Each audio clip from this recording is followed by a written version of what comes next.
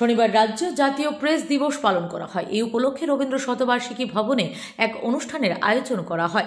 রাজ্য সরকারের তথ্য ও সংস্কৃতি দপ্তরের উদ্যোগে আয়োজিত এই অনুষ্ঠানে উপস্থিত ছিলেন রাজ্যের যুব কল্যাণ ও ক্রীড়া বিষয়ক মন্ত্রী টিঙ্কু রায়, ত্রিপুরা হাইকোর্টের মাননীয় বিচারপতি অরিন্দম লোধ, তথ্য ও সংস্কৃতি দপ্তরের সচিব পি.কে. চক্রবর্তী, আগরতলা প্রেস ক্লাবের সভাপতি জয়ন্ত ভট্টাচার্য, বিশিষ্ট সাংবাদিক শেখর দপ্তর সহ অন্যান্যরা।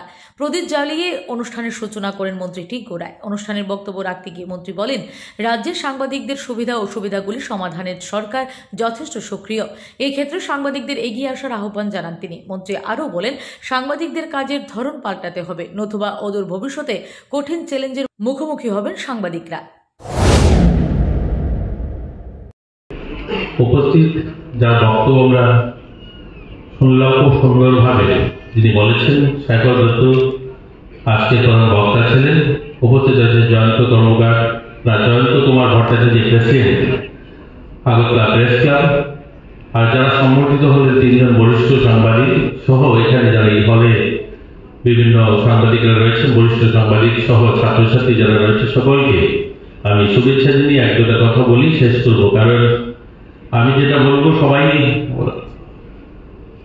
মোটামুটি এরকমই বলেছেন যে প্রেসকে নিয়ে, কিন্তু আমি বলতে চাই যে দেখুন এবারে যে থিমটা, এই 2024-এর থিমটা চেঞ্জ নেচার অফ প্রেস, অর্থাৎ সময়ের সঙ্গে আমাদেরকে বদলাতে বলা হয়েছে।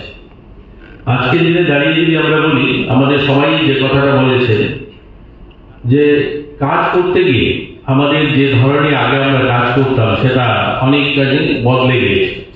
দেখুন দেশের সংবিধান সাংবাদিকদের বাক স্বাধীনতা সহ তথ্যের ভিত্তিতে দেশের নৈতিক প্রহরী হিসাবে কাজ করার অধিকার দিয়ে থাকে।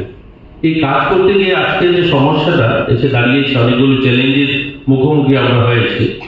পত্রিকাতে কি হতো, আগে পত্রিকাতে কোনো সংবাদ যখন আপনারা পরিবেশন করতেন তখন আপনাদের মতো করে, অর্থাৎ আপনাদের ভাষায় সেটাকে সুন্দরভাবে মানুষের দরজায় পরের সকালবেলা পৌঁছে দিতেন।